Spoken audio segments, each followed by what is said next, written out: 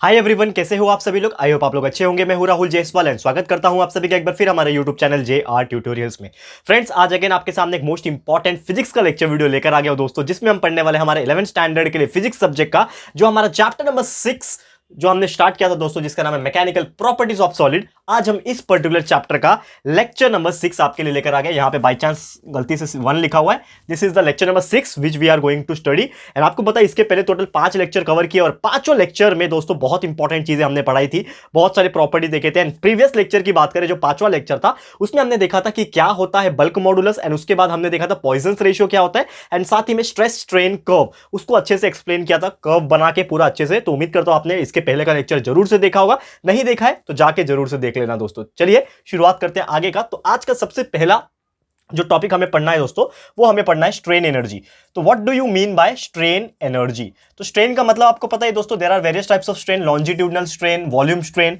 तो longitudinal strain में भी हमने देखा था that is change in length upon original length, उसको हम लोग बोलते हैं लॉन्जिट्यूडनल स्ट्रेन। तो यहां पे भी स्ट्रेन एनर्जी का एक डेफिनेशन है दोस्तों। वो डेफिनेशन क्या है वो मैं आपको सबसे पहले बता दूं कि द इलास्टिक पोटेंशियल एनर्जी, क्या बोल रहा हूं मैं definition, the elastic potential energy, ठीक है ना, पीई लिख रहा हूं शॉर्टकट पोटेंशियल एनर्जी के लिए। तो elastic potential energy gained bye, अगर कोई गेन करता है, गेन्ड बाय अ वायर, यहां पे अगर किसी वायर ने, मैं आपको एक्सप्लेन करूंगा लेकिन एक बार प्रॉपर डेफिनेशन लिख देता हूं so that you can prepare your own notes, तो आप लोग के लिए काम आ जाएगा, ठीक है। तो by a wire during elongation क्या हो रहा है, by a wire during elongation, during elongation by stretching a force, ठीक है ना, by a stretching force, by a stretching force is called as strain energy, is called as strain energy। अब इसको समझने की कोशिश करते हैं कि एग्जैक्टली इसका मीनिंग क्या हुआ, ठीक है दोस्तों। तो ध्यान से आप देखोगे क्या बोल रहा हूं मैं,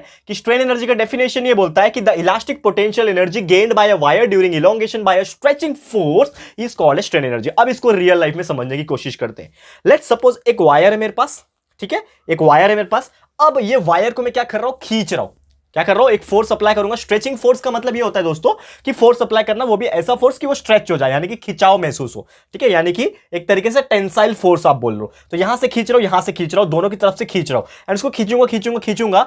तो जब मैं उसको खींच रहा हूंगा दोस्तों, तो उसके ऊपर कुछ तो एनर्जी एक्ट करेगा।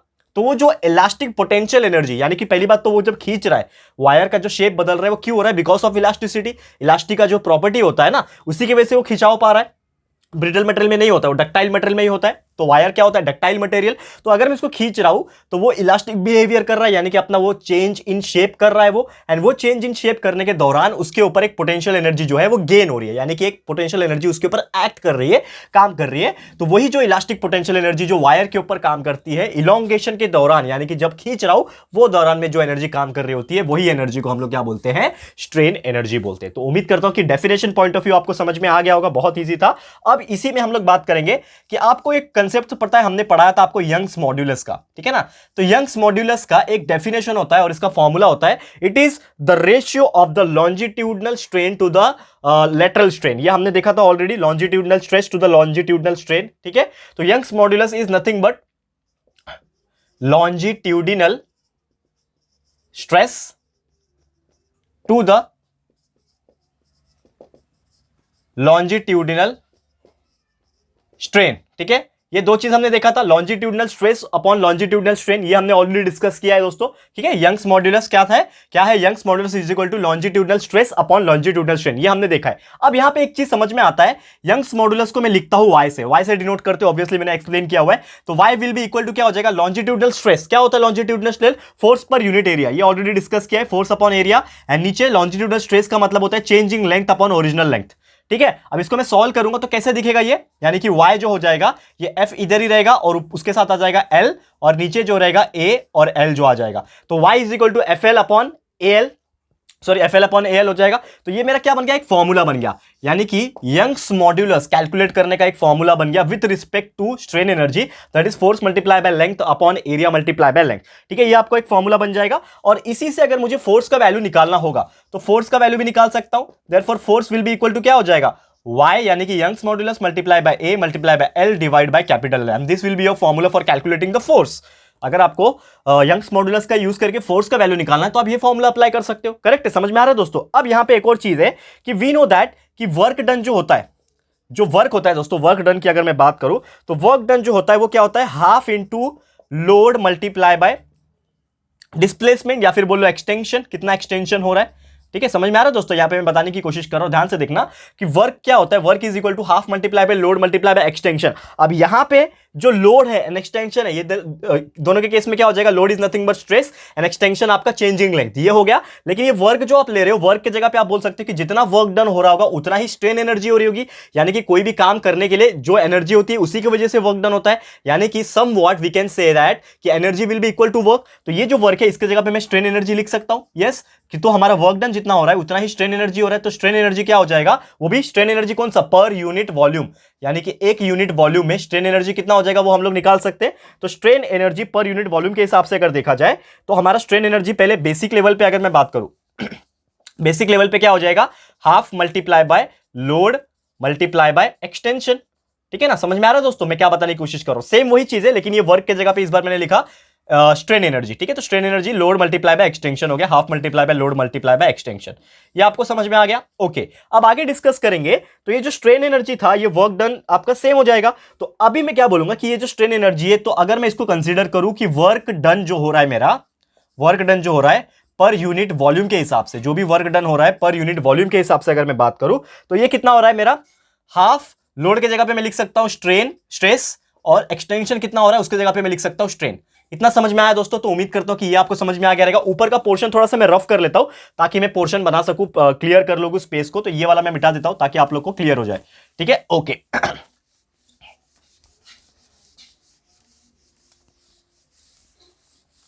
ठीक है, ओके। तो work done per unit volume is equal to half into stress into strain. ये आपको समझ में आ गया, चलो ठीक है, half into stress into strain.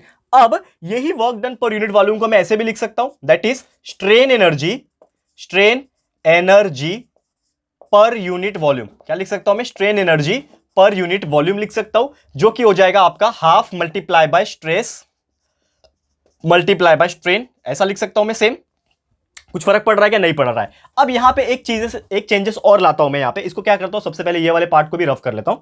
ये वाले पार्ट को भी मैं क्या कर रहा हूं दोस्तों, रफ कर रहा हूं। ठीक है, ध्यान से देखो, हर एक चीज आपको मैं क्लियर करा के दे रहा हूं। ठीक है, अब यहां पे मैंने स्ट्रेस और स्ट्रेन कैसे लिखा ये मैं आपको बता रहा हूं। जैसे कि लोड आपका था, ठीक है ना, लोड जो आपका था उसके जगह पे मैं स्ट्रेस लिख पा रहा हूं और एक्सटेंशन की जगह पे मैं स्ट्रेन लिख पा रहा हूं। क्लियर है दोस्तों। तो ये चीज आपको समझ में आ गया होगा, half into stress into strain. अब यहां पे एक चीज मैं क्या बोल सकता हूं कि स्ट्रेन एनर्जी जो है वो पर यूनिट वॉल्यूम के हिसाब से half into stress into strain हो गया है। अब मैं एक चीज बोलूंगा कि वी नो दैट कि यंग्स मॉडुलस जो है वो क्या है आपका, स्ट्रेस अपॉन स्ट्रेन। ये आपको पता है ना, वो यंग्स मॉडुलस जो है वो स्ट्रेस अपॉन स्ट्रेन होता है। या फिर इसको मैं ऐसे भी लिख सकता हूं कि अगर मुझे स्ट्रेस का वैल्यू चाहिए तो मैं लिख सकता हूं stress is equal to Young's modulus multiply by strain. ऐसा भी लिख सकता हूं, और इसके जगह पे मैं ऐसा भी लिख सकता हूं कि अगर आपको स्ट्रेन का ही वैल्यू निकालना है तो strain is nothing but stress upon Young's modulus. इसको मैं ऐसे भी लिख सकता हूं। यानी कि ये जो चीज है Young's modulus is equal to stress upon strain, इसको मैं ऐसे भी लिख सकता हूं, ऐसे भी लिख सकता हूं, दोनों तरीके से लिख सकता हूं। अब ये दोनों उठा के मैं यहां पे डाल देता हूं। देखो क्या हो जाएगा, फिर हमारा ये जो इक्वेशन है वो कैसे बनेगा। देखो, strain energy per unit volume क्या मिलेगा आपको, half into stress into strain है। अब मैं क्या करता हूं, ये स्ट्रेस के जगह पे मैं ये वैल्यू लेता हूं जो कि है y मल्टीप्लाई बाय स्ट्रेन। तो ये कितना हो जाएगा, हाफ, ये स्ट्रेस के जगह पे मैं लिख रहा हूं y multiply by strain, y multiply by strain लिख दूंगा। तो ये एक वैल्यू मिला। ठीक है, ये strain energy per unit volume का एक ये वैल्यू मिल गया, that is half multiply bye y multiply by strain. ठीक है ना, यहां पे मल्टीप्लाई, यहां पे y मल्टीप्लाई बाय स्ट्रेन। ठीक है, ये एक समझ में आ गया। एक और वैल्यू सेम लिख सकता हूं मैं, कैसे, strain energy per unit volume जो कि होगा इज इक्वल टू, यहां पे मैं क्या लिख सकता हूं, हाफ तो पहले से ही है, मल्टीप्लाई बाय स्ट्रेस भी पहले से ही है। ठीक है, लेकिन स्ट्रेन का वैल्यू क्या है इस बार, स्ट्रेस अपॉन वाई, तो ये multiply by stress upon Y लिख सकता हूं। ठीक है, अब ये स्ट्रेस स्ट्रेस क्या हो जाएंगे, स्ट्रेस स्क्वायर हो जाएंगे, यानी कि हाफ मल्टीप्लाई बाय स्ट्रेस का स्क्वायर डिवाइड बाय वाई, ऐसा भी लिख सकता हूं। तो ये भी आपका एक फॉर्मूला बन गया।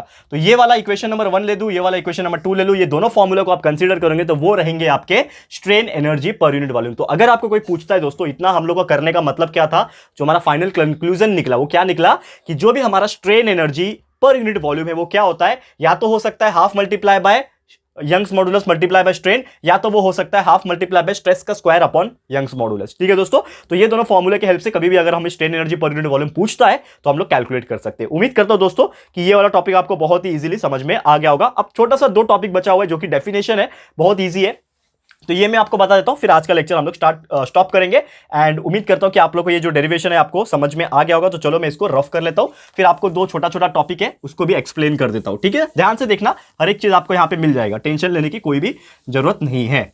ओके, तो सबसे पहली बात दोस्तों यहां पे मैं जो बताने की कोशिश कर रहा हूं कि हमारा जो टॉपिक है वो है पहला वाला हार्डनेस। एक चीज पढ़ना है हम लोग को हार्डनेस, एंड दूसरा चीज यहां पे पढ़ना है टफनेस। हार्डनेस हो गया, अब दूसरा बता रहा हूं टफनेस। अब ये देखो, कभी आपने सुना होगा कि ये मटेरियल बहुत हार्ड है, कभी ये मटेरियल बहुत टफ है, तो यार दोनों सेम सेम लगते हैं। हार्ड वाला जो चीज है वो भी हार्ड लगता है, टफ वाला चीज भी टफ लगता है, तो दोनों का मतलब क्या है, सेम ही तो है। लेकिन दोस्तों यहाँ पे बहुत सारे लोग कंफ्यूज होते हैं, ये दोनों जो है ऑलमोस्ट सेम होते हैं लेकिन उसमें फर्क होता है। तो हार्डनेस की अगर मैं बात करूं, हार्डनेस होता है एक ऐसा प्रॉपर्टी, ये एक ऐसा property, it is a property जो बताता है आपको रेजिस्ट करने के लिए। It is a property of material, कोई भी मटेरियल का वो प्रॉपर्टी हो सकता है जो बताता है आपको which enables to resist plastic deformation या फिर परमानेंट डिफॉर्मेशन। देखो इसका मतलब मैं समझाता हूं आपको, टेंशन नहीं लेना है। इसका डेफिनेशन लिख लिया, अब इसका भी डेफिनेशन लिख देता हूं, फिर दोनों का मतलब एक साथ बता देता हूं। ठीक है, तो टफनेस की बात करूं, ये क्या होता है, it is the ability of the material, it is the ability of the material, जो भी मटेरियल होगा उसका एक ऐसा एबिलिटी है दोस्तों टू रेजिस्ट द फ्रैक्चर। ठीक है, फ्रैक्चरिंग बोल लो, फ्रैक्चर बोल लो, फ्रैक्चरिंग बोल लो, जो भी प्रॉब्लम नहीं है, फ्रैक्चरिंग ऑफ मटेरियल। ये हो गया दोनों का डेफिनेशन। अब मैं इसको समझाने की कोशिश करता हूं, क्या बता रहा हूं मैं कि ये जो हार्डनेस है ये क्या है, एक ऐसा प्रॉपर्टी है कोई भी मटेरियल का जो उसको इनेबल करता है टू रेजिस्ट प्लास्टिक डिफॉर्मेशन। अब यहां पे इसका मतलब क्या हुआ, देखो कोई भी एक मटेरियल है, इसकी एक हार्डनेस की प्रॉपर्टी है, समझ लो ये क्या है, हार्ड है, ये मटेरियल बहुत हार्ड है।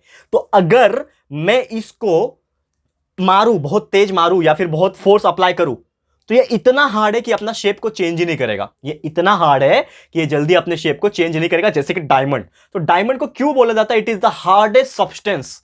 क्यों बोला जाता है, क्योंकि डायमंड समझ लो, अगर उसका शेप ऐसा है, डायमंड का शेप आपने देखा होगा लगभग इस प्रकार का, कुछ तो ऐसा शेप होता है उसका, टेट्रागोनल क्या बोलते हैं इसको हम लोग, टेट्राहेड्रल शेप रहता है, इस प्रकार का डायमंड का शेप कोहिनूर देखा होगा आपने। तो इसका शेप अगर मैं चाहूं मुझे ऐसा बनाना, तो मैं बना सकता हूं क्या, सिर्फ फोर्स अप्लाई करके? नहीं बना सकता, ऑब्वियसली पॉसिबल नहीं है। इसको मेल्ट करके हम लोग कर सकते हैं तो करेंगे, शेप बना सकते हैं, लेकिन अदरवाइज मैं फोर्स देके उसको नहीं बना सकता। इसका मतलब क्या किया, उसने रेजिस्ट किया अपना प्लास्टिक डिफॉर्मेशन, यानी कि परमानेंट डिफॉर्मेशन, जो परमानेंट जो चेंज हो रहा था, प्लास्टिक नेचर जो था, प्लास्टिक चेंजेस हो रहा था उसका, प्लास्टिक डिफॉर्मेशन जिसको कहते हैं, वो करने नहीं दिया। तो वो जो प्रॉपर्टी है वो क्या है, उसकी हार्डनेस है, कि मैं इतना हार्ड हूं कि मुझे कोई अपना फोर्स कितना भी ताकत लगा ले कि मैं अपना शेप को चेंज नहीं करूंगा। तो that property is known as hardness.